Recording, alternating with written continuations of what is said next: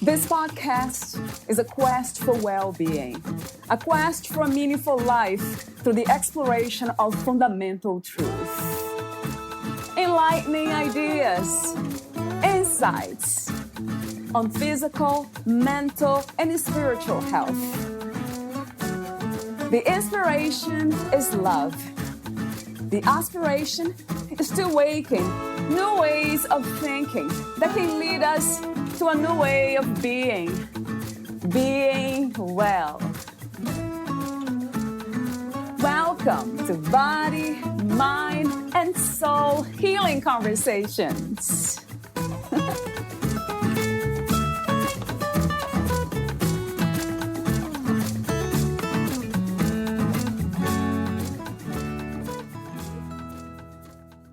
The dream house, the successful business, the perfect job, a happy family.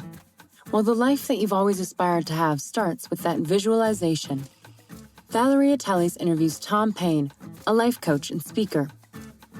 After leaving university in 2009 with a degree in English and journalism, Tom went backpacking around India, Nepal, Australia, and Thailand to discover himself, finding a deep love for adventure, fun, and culture along the way. On his return, he went back to university to study for an MA in journalism, combining his studies with his love for music. Over a 13-year period, Tom would DJ at weekends and clubs from Manchester to London, Ibiza to Moscow, loving every minute. Professionally, Tom spent 10 years working in the recruitment sector, where he built an excellent reputation as a specialist IT consultant, eventually becoming a business manager, leading sales teams responsible for £8 million annual turnover for global and SME organizations moving to London and Manchester. At its peak, Tom's sales team was at 18 people, ranging from junior consultants to principals, managers, and team leaders. Tom excels in getting the best out of people. He has a natural flair for business development and has a track record for starting new, exciting recruitment businesses from scratch. His passion for coaching others has enabled Tom to improve the individuals around him, giving them the confidence to achieve more. What Tom loves about life coaching is the potential to dramatically improve the lives of others. He believes that anyone can benefit from working with a life coach if they are willing to commit to the change that they desire. He is confident that they can work with anyone who is willing to put in the necessary work to achieve their greatest goals. Tom offers a natural balance between being patient with his clients as they transform and the discipline to push to get the best from people. This allows his clients to feel comfortable, yet inspired to start to live the life of their dreams. Meet Tom at tompainelifecoaching.com.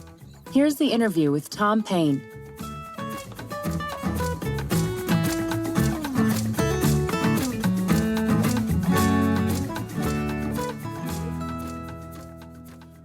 In your own words, who is Tom Paine?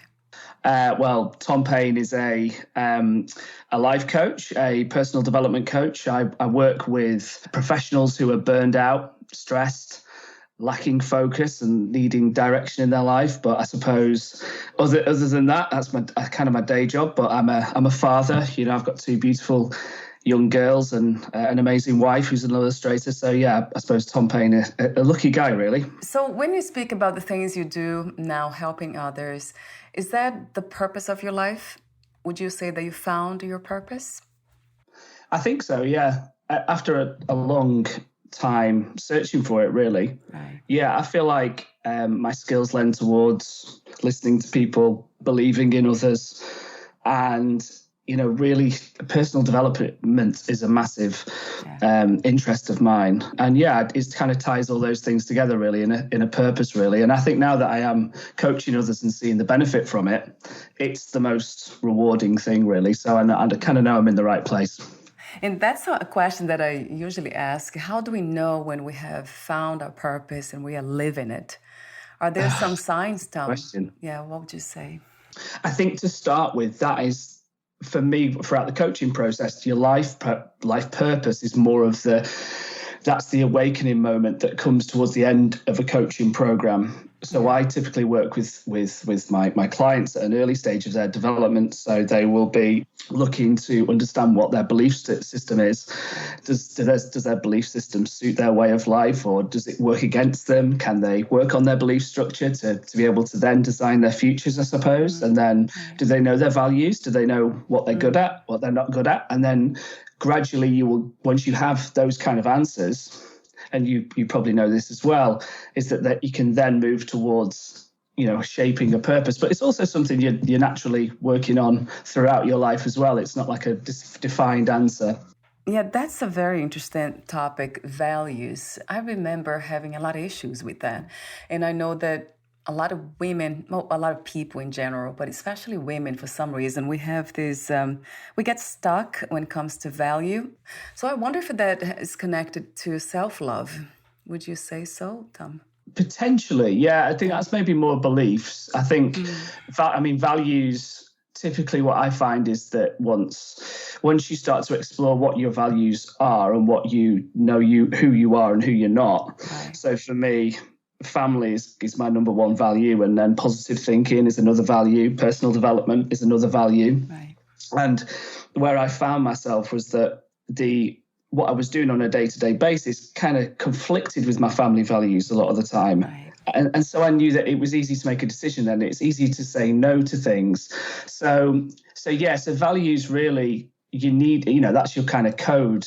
It's almost your terms and conditions for your life. And everyone can choose their kind of values that they want to stick to. And then it makes it easy to make decisions going through your life, because if something contravenes a value, then you know to say no to that situation. And I wonder where it comes from. How are they formed, values? Do you have any idea? Well, I suppose that's a big question. Yeah. I suppose your values are formed through your life experience, aren't they, really? Yeah. Things that you've liked, things that you've not liked, experiences you've had growing up. Yeah. Some people say we are born with them as a character traits, personality traits, but we don't really know, right? In a way, it's a mystery. Yeah, I certainly think some values like positivity, naturally the values consistently are positive values. Love, family, relationships are consistent with most of the clients that I work with. Right. But the negative values of, materialism or, negative thinking, they don't tend to come up in values, do they? So we kind of share roughly the same value structure at heart, but I would argue most people don't know that, and that's where the issues are formed in, when people are kind of going through life and taking challenges on. There's something else I wanted to ask that just came to mind. Yeah, you mentioned about there are some common values we have, like this connection, family, positivity. I would say love too, it might be another one. It seems like it comes with us in a way. It's encrypted. It's something that's there already in all human beings in a way, which is kind of wonderful to know, isn't it? Absolutely. Yeah, it's great. I mean, you referenced love there. Creativity is another value a lot of people hold to the heart. Right. But what I find really interesting is the clients that I work with who are business professionals mainly. They're not doing things that they love. They are creative people, but there's no creativity in their jobs. So they can become really frustrated and they don't know where to take their lives. But it's because they know at a deeper level what they value and what they truly want at heart, but they don't know how to do anything about it because they're kind of not really conscious of it. So it kind of goes into the consciousness argument of how awake people are, I suppose, to their lives and what they want to do. So I have another warm-up question for you. It's success. How do you define success these days? What is to be successful to you? That's the $1 million question, isn't it? On social media, doing the rounds all the time. I think success is, I think people look for external success. So that's monetary, possessions, status, etc. Right. And those don't tend to lead to happiness, do they? But for me, I think success is the success over yourself. I think if you can master loving yourself, knowing yourself, being at peace with yourself, that's the ultimate success. It's interesting that you connect success to happiness. And I have heard that a lot too. What is happiness? What makes you happy, Tom? That's a big question. I think lots of things make me happy, really. I think the simple things make me happy. I think what I'm thinking about at the moment is infinite things make you truly happy. So, nature, places, people, my kids, obviously, my family make me happy. And just the real simple things, actually, because I think once you explore the more complex things, which is the finite things in this world, which are possessions, money, etc., they don't tend to get you towards happiness. So I think that's probably what I would say with happiness. And the purpose of life, what do you think it is? How come we are here and why we are here for?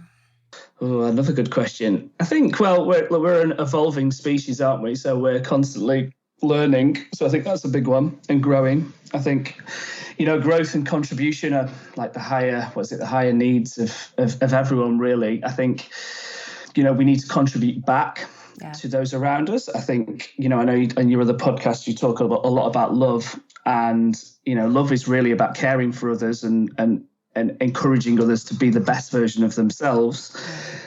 And then also you growing. So I suppose from a purpose perspective, I just think in general, we're all experiencing lots of different emotions, don't we? We all have lots of different, we have very different journeys, but all quite similar at the same time in terms of the emotions we experience. So for me, it's an experience, and I think the more that you can grow in that experience and give back in the experience, that's kind of the thing.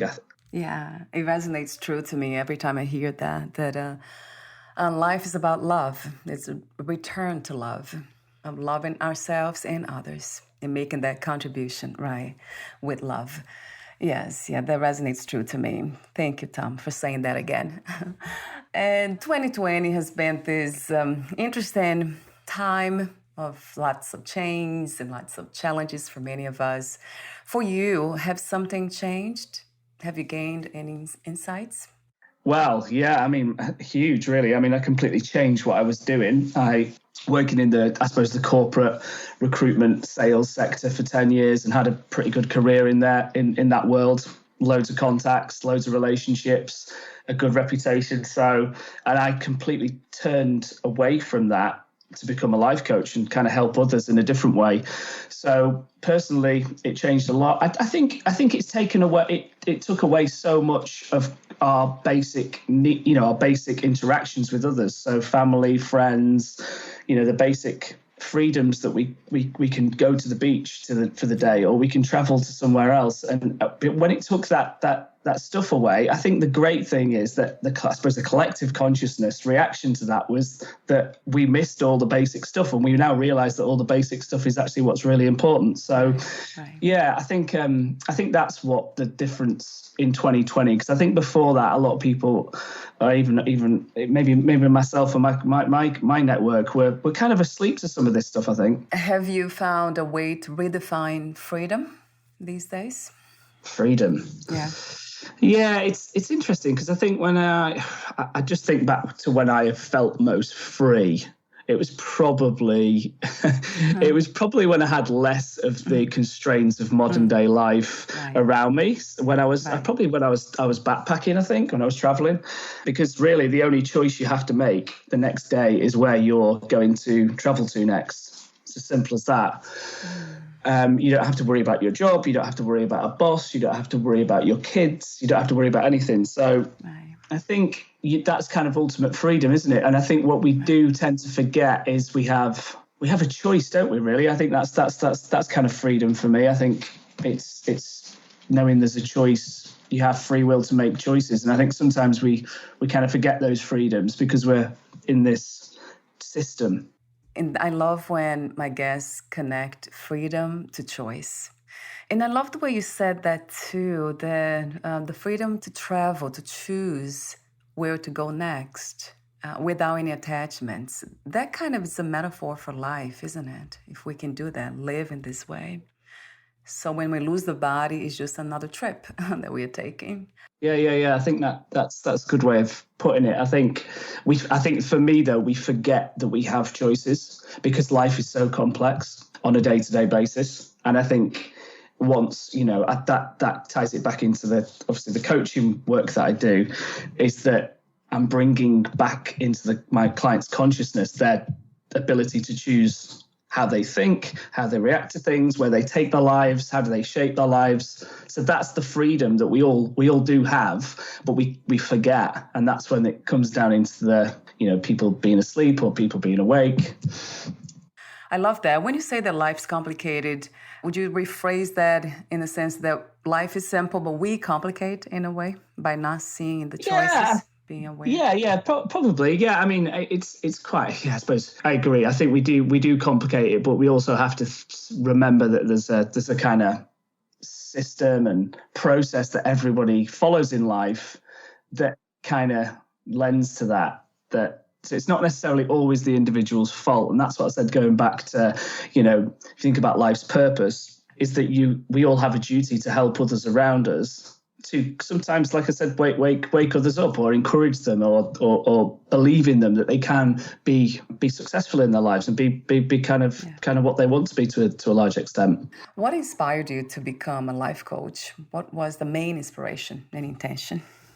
I get this a lot. A lot of people go, what was the thing? That was the twig that broke the camel's back. Just all of a sudden woke up one day and wanted to be a life coach. It wasn't like that really. It was kind of a long process of personal development. So I started meditating maybe about 12 years ago, and I went backpacking, sort of around these, I suppose, Buddhist countries and saw different spiritual practices over there. And gradually I became more aware of who I was and who I wasn't. And from a spiritual perspective. And I think once you probably realize this with your work as well, when you have power to help others, then you've kind of got to do it in the best possible way. And being a life coach was that transition from, mainly I'm working with people who are having problem in their careers, but my background is recruitment. So it kind of lends itself to that. But my intention is purely for the benefit of that client and helping them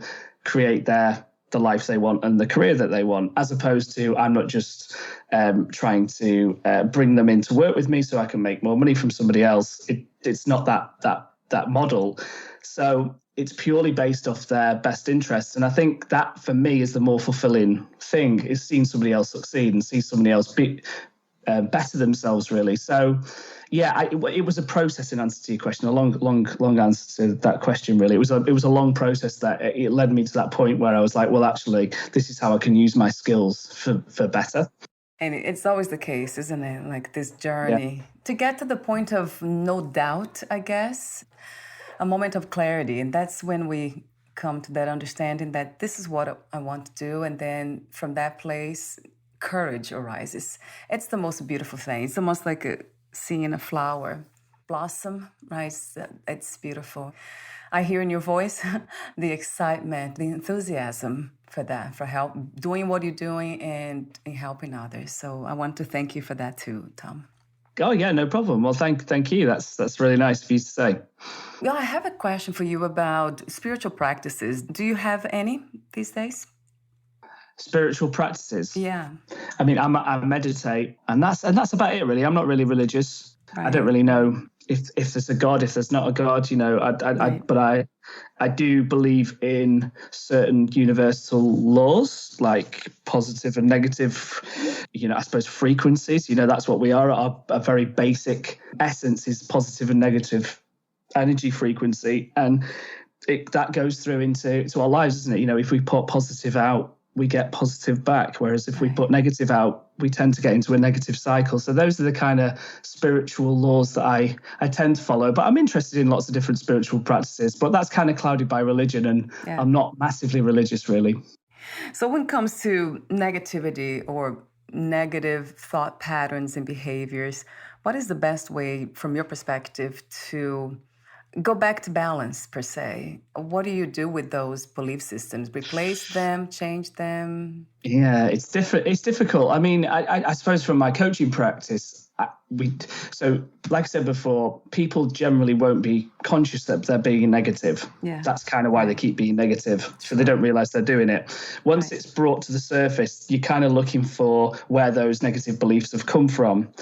Then once you communicate the negative beliefs, you can kind of start to pull them apart because they're not really based on fact a lot of the time, because actually there is a hell of a lot of good things that are happening to people. You're alive to start with, you're breathing, you can start to go from there, and actually that's positive. And typically you will find even the most negative people have got a lot of stuff going for them that they can break through that negative thought pattern. Yeah, that's really it. It's not easy because some people have been in a negative space for a long time, and there'll be a hell of a lot of background to, I suppose, that negativity. But yeah, what you're essentially trying to do is discuss their belief systems, why it works for them, why it might be negative, and kind of trying to disprove it and getting them thinking more positively, reshaping those beliefs so that they can move forward with their lives. Yeah, and I'm trying to think here about this when we are kind of spiraling in this negative state of mind. What is a good reminder? And you're right, sometimes we don't even know that we are there dwelling in negativity. What does it take really, Tom, to wake up from those thoughts and change and transform? It's not easy. It's not really a one quick fix, really. But I think definitely if you're asking yourself more powerful questions, that's the difference. If you're starting to come from a place of graciousness and saying, if you ask yourself, what have I got to be grateful for? What inspires me? What can I do today that's going to make a difference? And you're starting to really discipline yourself to put a positive answer towards those questions, that can start to break the pattern, really. So for me, it's about the questions you're asking yourself. Most people don't do it, but if you can arm yourself with some really smart, powerful questions that you can ask yourself every day before you go to bed, you can really start to turn your negative thought process around and get thinking positively about what your future might look like. From my perspective, too, one of the most powerful systems is asking questions. Yeah, really. It's really, really powerful. I know some people, they ask for help. That also, I have heard that a lot, just the praying model. And then intuition, too, meditating or sitting quietly and just kind of waiting for inspiration, for asking for help, but in a sense, not to anyone but yourself. But I love asking questions, yeah, and maybe that's why I do what I do, the questioning thing, because it's really powerful. It wakes up a lot, activates a lot in us. It kind of brings a lot of the answers that are natural, the natural wisdom, innate wisdom in us. Yeah, the intuition. Yeah, absolutely. I'd love that about asking for help. That's probably the primary question you should do, but people don't do it from they don't want to seem weak. By asking for help, and that's a really big one. So how do we learn to become more comfortable, to dance, per se, with change and welcome change in our lives without resisting it? It's a dance in the moment, I suppose. Well, I think people who aren't progressing are stuck in a state of inertia where they're not moving, they're not doing anything, and that kind of leads to a depressed state. Right. I think what you said before about life purpose, what is the purpose of life? And I said about by growing, you're changing, aren't you? You're adapting, you're evolving. So true. You just, I suppose, the short answer to the question is you have to just see change as a natural part of life and ride with it, dance in the moment, go with it. Yeah. And actually, again, a powerful question to ask when things go really wrong. What is this trying to teach me? Right. Yeah, what can I learn from this? Instead of, oh no, it's happened again. This always happens to me. That mindset is negative. If you switch it around to that positive mindset, okay, well, this challenge has happened in this part of the change cycle. How do I learn from this? What is this trying to teach me? And if you're doing that naturally, you're going to get answers. You're going to be able to deal with change better. So true. And our natural tendencies, for some reason, it might be something of the mind, is to push away pain, right? So we want to just get rid of that, of whatever is happening, instead of becoming more curious and going deeper, which is the way to do it, is the way to live. Thank you for the message, Tom, and the work you do, because we need to see more human beings, more of us waking up to this truth, because it's the only way to really get there. If there's a there in a way of living this meaningful, beautiful, and peaceful life, this is how we do it. We need to become stronger within. So I have another question for you about something that you sent me. A topic is the effect of self-fulfilling prophecies. Kind of like that, prophecies, that word for some reason.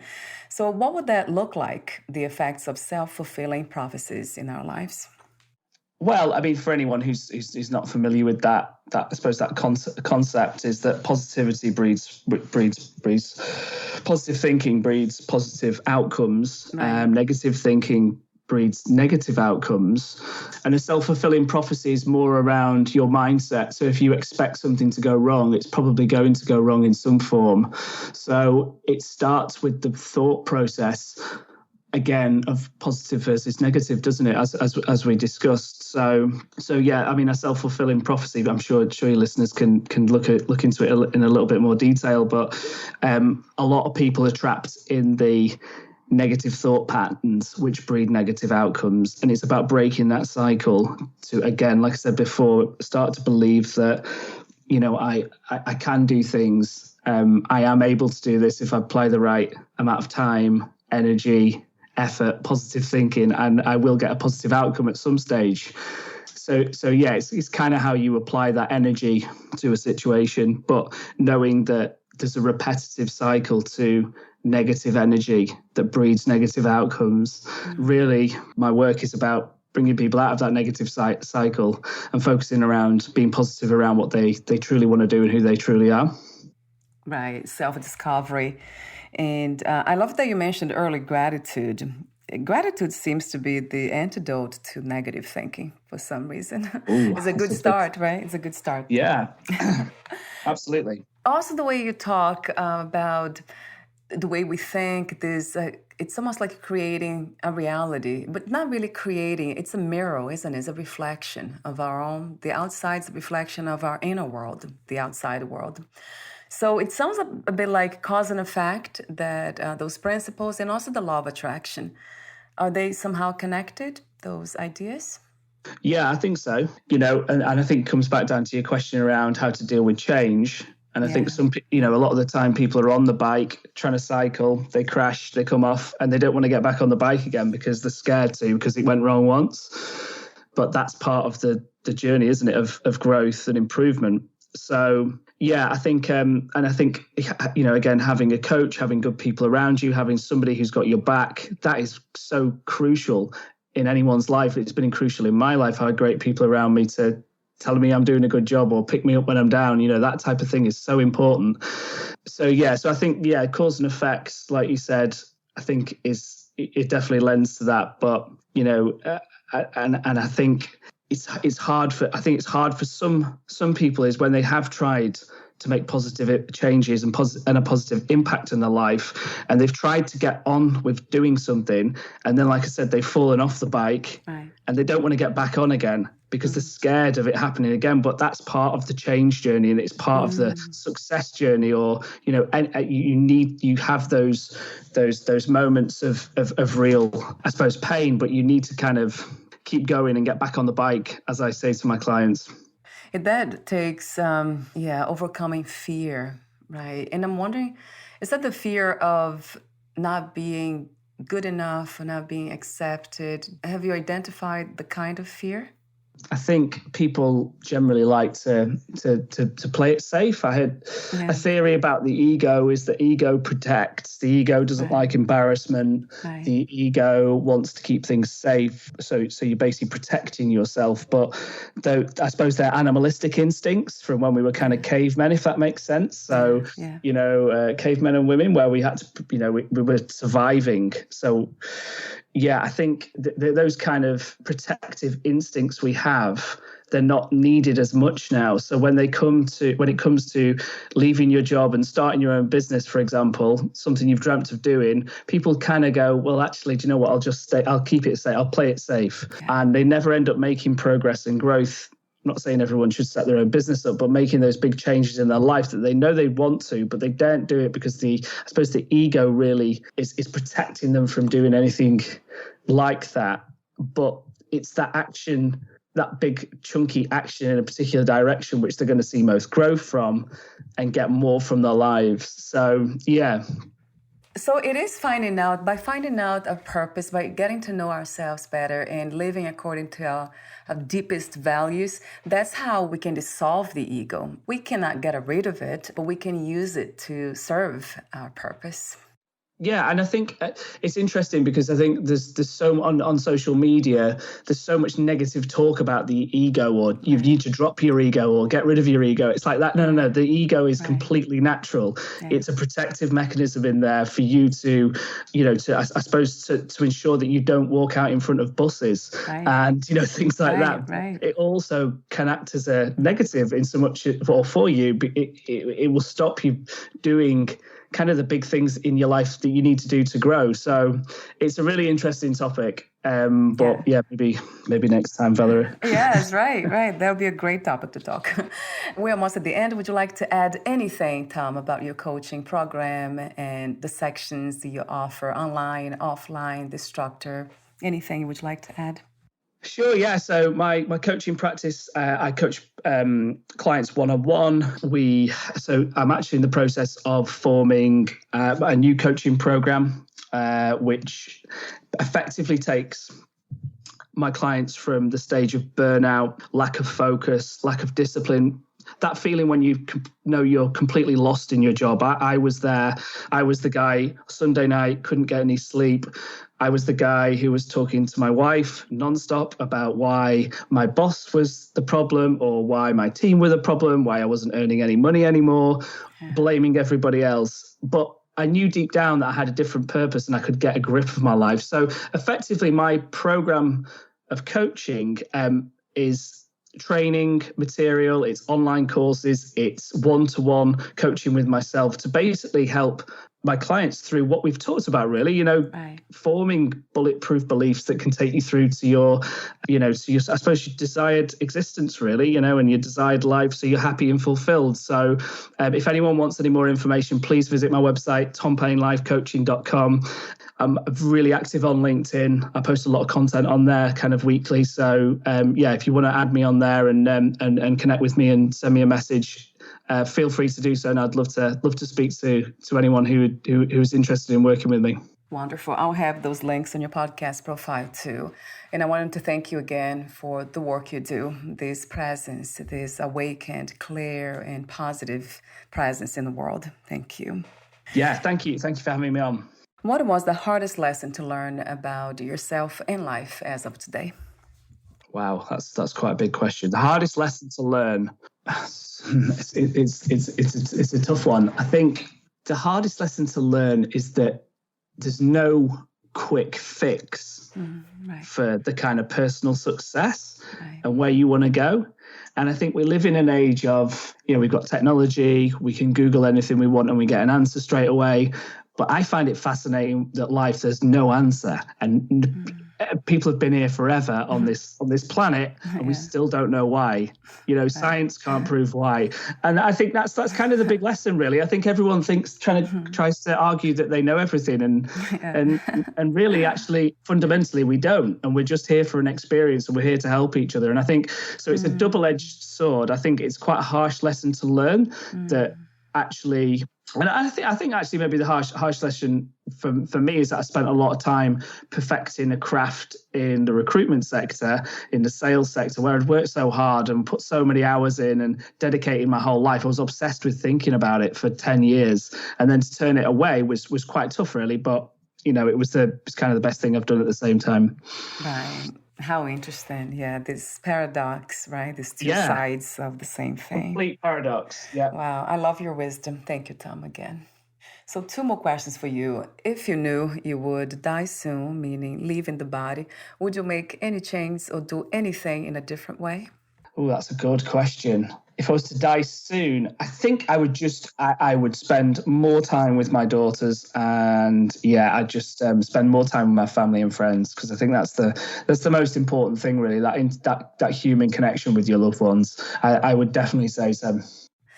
When I ask this question, I hear very, very often, if not all the time, not 100%, but very close, then spending more time with loved ones. So that says a lot, right, about life. Yeah. And the last question is, what are 3 things about life you know for sure as of this moment? it's going to end. Straight, we're going to die. That's the first one. And I think the quicker we can get used to that fact, the better, because then you start living your life. Right.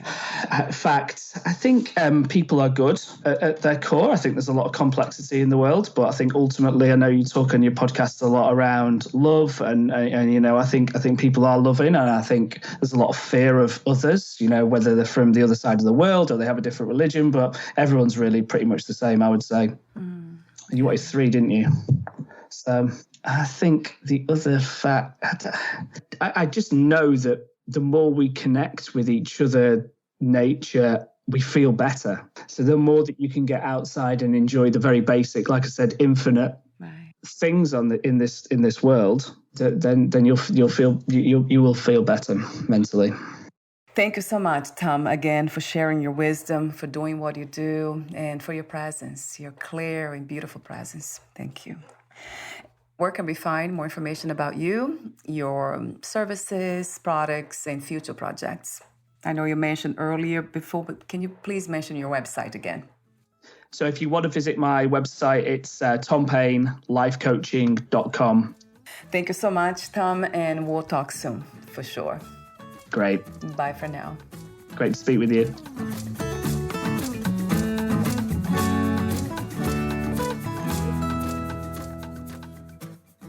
Thank you for listening. To learn more about Tom Paine and his work, please visit tompainelifecoaching.com.